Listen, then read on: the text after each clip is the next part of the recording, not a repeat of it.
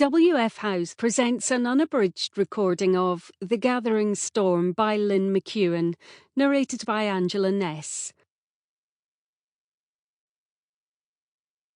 Chapter 1.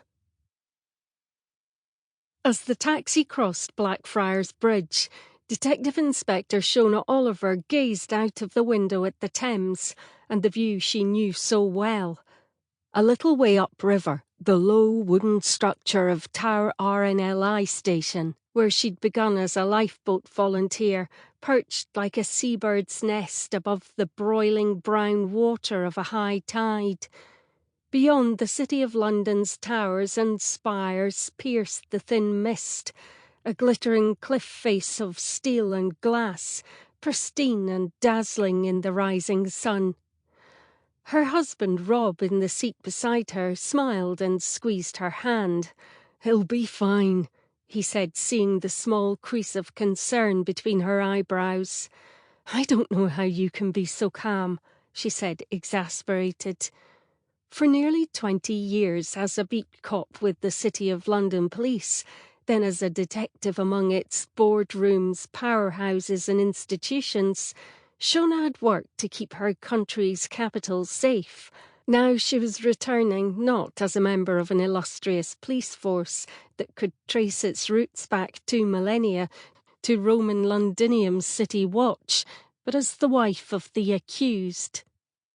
But no hint of concern about this morning's business clouded Rob's features. He looked groomed and confident with his silver fox hair and impeccable navy suit. Throughout the 2-week trial, his certainty that the jury would acquit him on charges of money laundering had never wavered.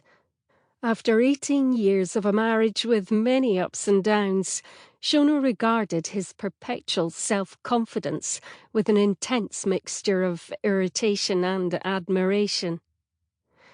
The taxi drew up in front of the Royal Courts of Justice, known the world over for the street in which the building stood, Old Bailey. Shona stepped out onto the narrow pavement. Above her, pale stone pillars and arches, the colour of old bones, rose to the dome and the bronze statue of Lady Justice, with her balance scales and sword. Shona's hand went automatically to her bag, feeling for her policy book, but the realisation washed over her. No evidence she could be called upon to give would change today's outcome. She reached out instead to her husband. Rob drew her to... Sample complete. Ready to continue?